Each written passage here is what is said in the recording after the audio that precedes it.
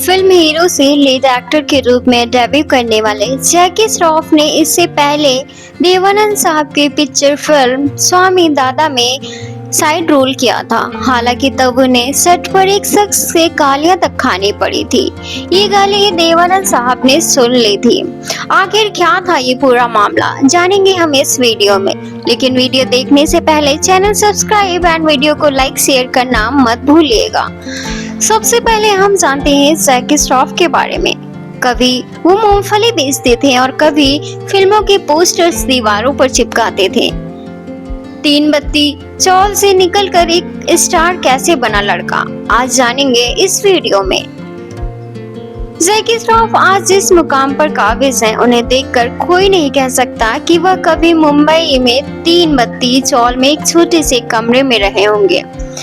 कोई उन्हें कहेगा कि वहाँ उस चौल में जग्गू दादा यानी जैकी श्रॉफ ने अपनी जिंदगी के 30 साल गुजारे हैं।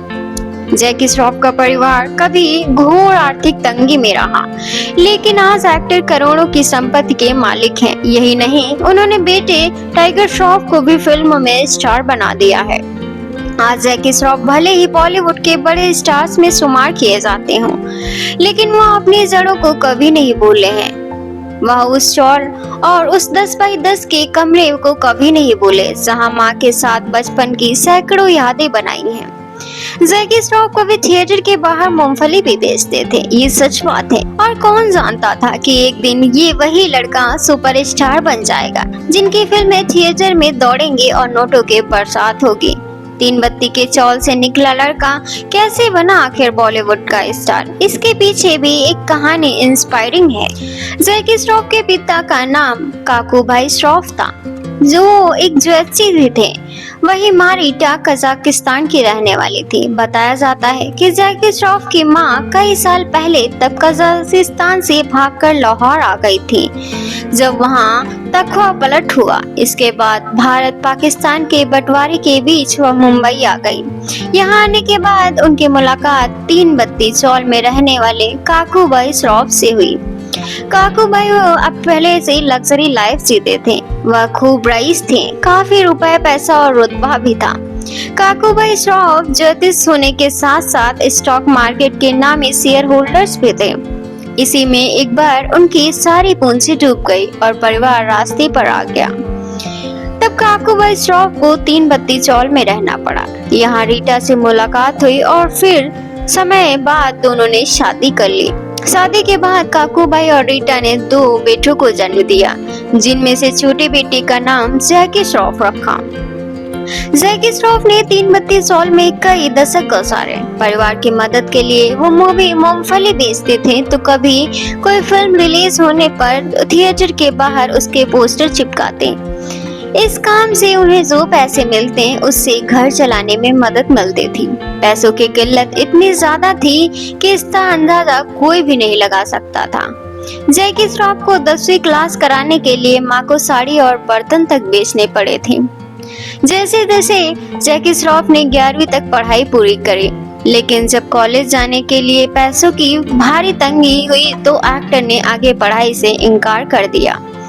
घर को सपोर्ट करने के बाद जैकी श्रॉफ ने एक ट्रैवल एजेंसी में काम करना शुरू कर दिया। इसी दौरान जब वो एक दिन बस स्टैंड पर खड़े थे तो किसी ने उन्हें तस्वीरें खिंचवाने के लिए कहा। साथ ही कहा कि इसके लिए उन्हें पैसे मिलेंगे। जैकी श्रॉफ की खुशी का ठिकाना नहीं था। बाद में पता चला कि वो फोटो एक एडवर्टाइजमेंट एजेंसी ने लिए थे और एक मॉडल बन गए। इस तरह जैकी श्रॉफ की शुरुआत हो गई। मॉडलिंग के उस पहले काम के लिए जैकी श्रॉफ को 7,000 रुपए मिले थे और उस जमाने में 7,000 रुपए रकम काफी मानी जाती थी। जैकी श्रॉफ ने ट्रैवल एजेंसी की नौकरी छोड़कर मॉडलिंग शुरू कर दी। अच्छी कमाई भी हो रही थी और इसी बीच उनकी दोस्ती देवानंद साहब के बेटे सुनील आनंद से हो गई। उन्होंने देवानंद से मिलवाया। देवानंद साहब जैकी श्रॉफ से मिलकर बहुत प्रभावित हुए और अपनी फिल्म में एक सपोर्टिंग रोल का किरदार दे दिया और इस तरह जैकी श्रॉफ की फिल्मों में एंट्री हो गई। जैकी श्रॉफ को फिर सुभाष घई ने फिल्म हीरो में लीड रोल लिया। फिल्म सुपरहिट रही और इतने से जैकी श्रॉफ रातों रात स्टार बन गए। इसके बाद से जैकी ने कभी पीछे मुड़कर नहीं देखा। अपने 4 दशक से भी लंबे करियर में जैकी श्रॉफ ने 13 भाषाओं में लगभग 220 से भी अधिक फिल्में की हैं। उन्होंने 4 बार फिल्म फेयर अवार्ड समेत कई सम्मान भी जीते हैं और फिल्मों में अभी भी एक्टिव हैं। अब हम जानते हैं देवानंद साहब के बारे में। देवानंद साहब का नाम हमेशा ही टॉप एक्टर्स में लिया जाता है। देवानंद साहब जब मुंबई आए थे तो उनकी जेब में सिर्फ 30 रुपए थे। इसके बाद उन्होंने अपनी मेहनत और काम की प्रतिनिष्ठा से इन 30 रुपए को लाखों रुपए में बदल दिया। देवानंद साहब का जन्म 26 दिसंबर 1923 को पंजाब के सकरगढ़ यानी पाकिस्तान में हुआ था। देवानंद साहब को स्कूल में डीडी कहकर पुकारा जाता था। उनका पूरा नाम धर्मदेव आनंद था, लेकिन बच्चे उन्हें प्यार से डीडी बुलाते थे। फिल्मों में कदम रखने से पहले और बीए की डिग्री प्राप्त करने के बाद उन्होंने नेवी में भर्ती होने का प्रयास किया, लेकिन वो असफल रहने के बाद उनके पिता ने इन्हें अपने ही ऑफिस में क्लर्क के काम पर रख लिया।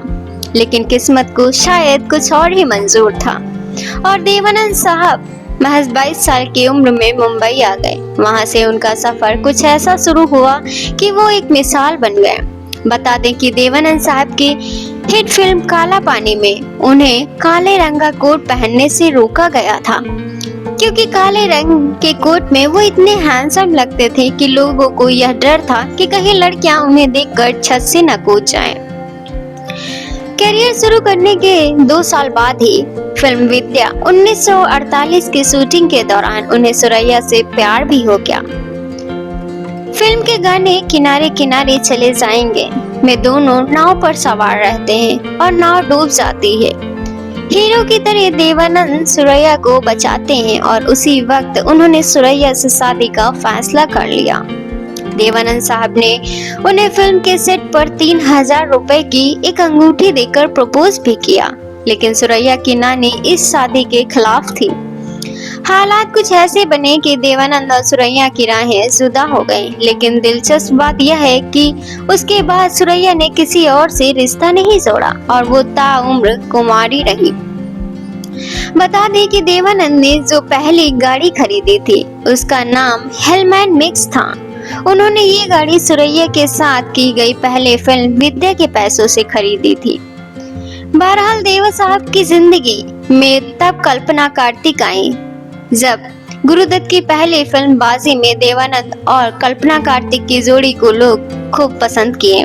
इसके बाद दोनों ने कई फिल्में एक साथ की, जैसे आंधियां, टैक्सी ड्राइवर, 9-2-11 और इसी दौरान दोनों के बीच हुआ प्यार और फिल्म टैक्सी के बाद दोनों ने शादी कर ली। लेकिन क्या आप जानते हैं कि फिल्म ज्वेल थीव में उन्होंने जो कैप पहनी थी वह कोपेनहेगन से मंगवाई गई थी। सुबोध मुखर्जी की फिल्म जंगली और नासिर हुसैन की फिल्म तीसरी मंजिल के लिए पहली पसंद देवानंद साहब थे, लेकिन निर्माताओं के साथ मतभेद की वजह से उन्होंने दोनों फिल्में करने से मना कर दिया। शम्मी कपूर को मौका मिला और वो बन गए याहू के सुपरस्टार। देवानंद एक ऐसे अभिनेता थे जिन्होंने बिग बी को छोड़कर हर बड़े स्टार के साथ काम किया। अमिताभ बच्चन जिस जंजीर फिल्म से स्टार बने थे उसके लिए पहले देवानंद साहब को ही अप्रोच किया गया था। जून 1975 में तत्कालीन प्रधानमंत्री इंदिरा गांधी ने जब देश में आपातकाल लगाने का ऐलान किया था तो देवानंद साहब ने फिल्म जगत के अपने कुछ दोस्तों के साथ मिलकर इसका विरोध भी किया था। देवानंद साहब के फिल्म हरे राम हरे कृष्ण के लिए कोई एक्ट्रेस तैयार नहीं थी। कई नई लड़कियों के स्क्रीन टेस्ट के मुताबिक उन्हें वो चेहरा नहीं मिल रहा था और उसी दौरान एक दिन वे एक पार्टी में जीनत अमान से मिले। वे मिस एशिया का खिताब जीत कर आई थी। देवानंद साहब उनसे बातचीत कर रहे थे कि जीनत ने उन्हें हैंडबैग से सिगरेट निकाल कर दी। उनकी यही अदा देव साहब को भा गई और उन्होंने जीनत को अपने फिल्म के लिए साइन कर लिया। सभी जानते हैं कि मोहम्मद रफी ने देव साहब के लिए बहुत सारे फिल्मों में उनके सदाबहार गीतों को आवाज दी है। यह जानकारी बहुत कम लोगों को होगी कि देवानंद साहब ने रफी के लिए गाना भी गाया है। इन दोनों ने वर्ष 1966 में बने फिल्म प्यार मोहब्बत में साथ में गाया था। देवानंद ने एक बार 31 जुलाई को रफी साहब की पुण्यतिथि पर आयोजित समारोह में लोगों से इस बात को साझा किया था। उन्हें 4 बार फिल्म फेयर पुरस्कार मिले हैं। देवानंद साहब को भारतीय सिनेमा में उल्लेखनीय योगदान के लिए 2001 में भारत सरकार से प्रतिष्ठित पद्म भूषण सम्मान से भी नवाजा गया।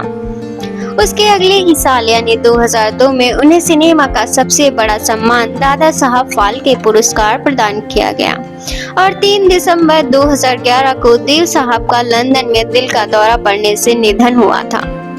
अपने अंतिम दिनों तक वह फिल्मी जगत में हमेशा एवरग्रीन एक्टर की तरह सक्रिय रहे थे। बता दें यह किस्सा एक फिल्म के सेट के दौरान का है। हीरो से बतौर लीड एक्टर डेब्यू करने वाले जैकी की पहली फिल्म स्वामी दादा थी, जो कि साल 1982 में रिलीज हुई थी। इसमें अभिनेता ने साइड रोल किया था। इसका डायरेक्शन देवानंद ने किया था और उन्होंने फिल्म में डबल रोल भी किया था। जैकी उन दोनों देव साहब के बेटे सुनील आनंद से दोस्ती थी। एक दिन सुनील ने अपने दोस्त जैकी को पिता देवानंद से मिलवाया। दैनिक भास्कर की एक रिपोर्ट के मुताबिक देवानंद साहब ने पहले मुलाकात में ही जैकी को अपने फिल्म स्वामी दादा में एक छोटा सा रोल ऑफर कर दिया, जिसे जैकी ने एक्सेप्ट भी किया। एक दिन जब जैकी फिल्म के लिए एक फाइट शूट कर रहे थे, रिहर्सल के दौरान उन्हें काफी वक्त लग रहा था। वो ठीक से शॉट नहीं दे पा रहे थे। गुस्से में फाइट मास्टर ने उन्हें गाली बक दी थी। जब जैकी को फाइट मास्टर ने गाली सुननी पड़ी, तब सेट पर देवानंद साहब भी मौजूद थे। उन्होंने फाइटर मास्टर से जैकी के साथ इस तरह के पेश न आने के लिए कहा और जैकी का सपोर्ट किया। देवानंद साहब ने फाइट मास्टर से कहा, गाली मत दो, नया लड़का है, आराम से सिखाओ, सब सीख जाएगा। देव साहब के इस भरोसे को जैकी ने भी बर्बाद नहीं जाने दिया और उन्होंने अपने करियर में बड़ा मुकाम हासिल किया। अगर आपको यह वीडियो पसंद आया हो तो चैनल को सब्सक्राइब, वीडियो को लाइक एंड शेयर करना मत भूलिएगा। मिलते हैं आपको नेक्स्ट वीडियो में, तब तक के लिए गुड बाय।